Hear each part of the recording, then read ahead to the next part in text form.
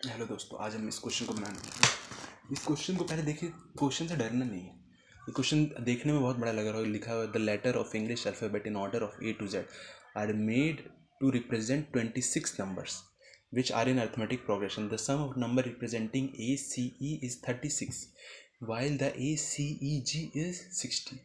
What is the sum of the number representing BDFH? इसका मतलब हमको सीधा पता चला जी का वैल्यू निकालने के लिए इन दोनों को माइनस करने पर आ जाएगा 24 आ जाएगा जी का वैल्यू।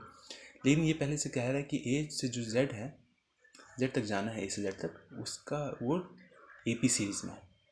तो हमको ये होना चाहिए कि हम पहले लिख लेते हैं A B C D E F और ये G।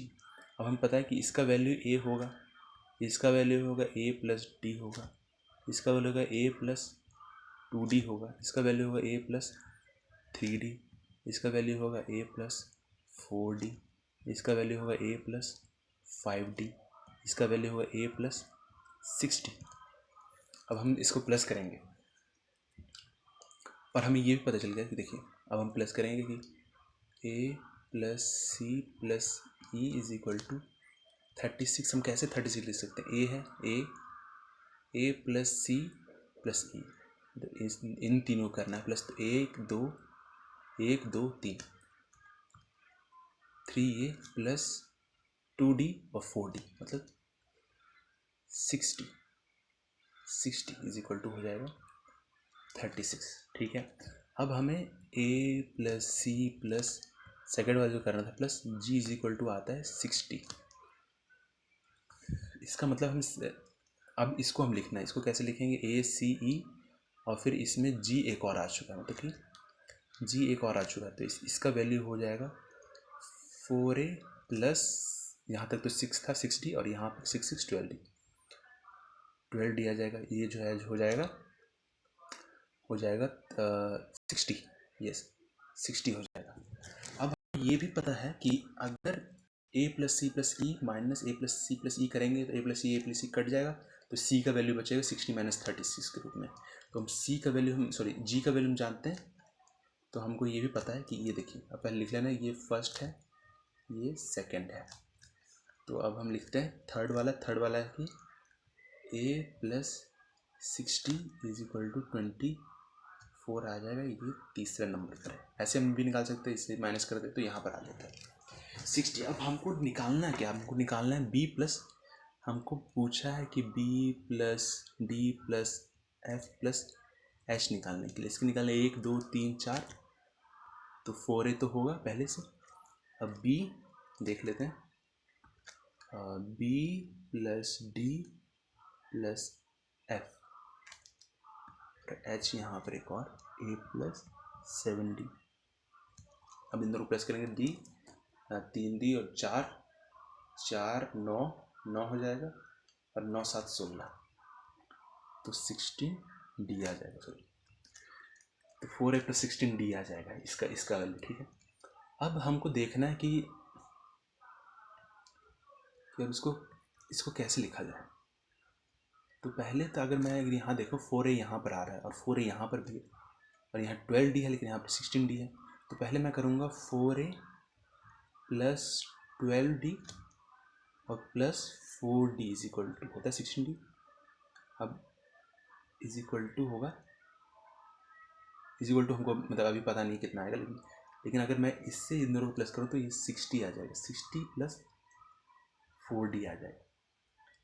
ठीक है, हम जान चुके 60 प्लस 4D आ जाएगा, मतलब 60 से ऊपर ही रहेगा।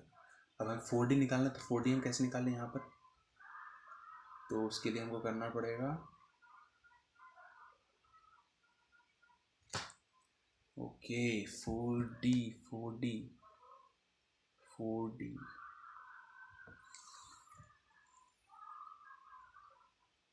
अब हमको पता है कि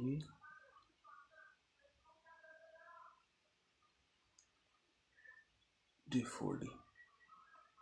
एक सेकंड, मैं इसको एक और तरीके से करके दिखा देता हूँ। ठीक है, अब हम यहाँ पर देखेंगे कि 4D प्लस 16D आ रहा है। अब अगर हम इसको देखें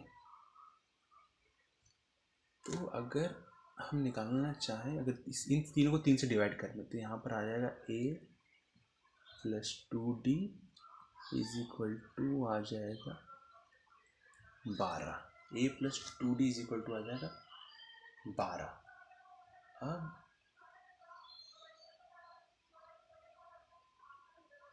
4 3 8, यहाँ आ जाता है a प्लस 4d आ जाता है, a प्लस 2d आ जाता है 12।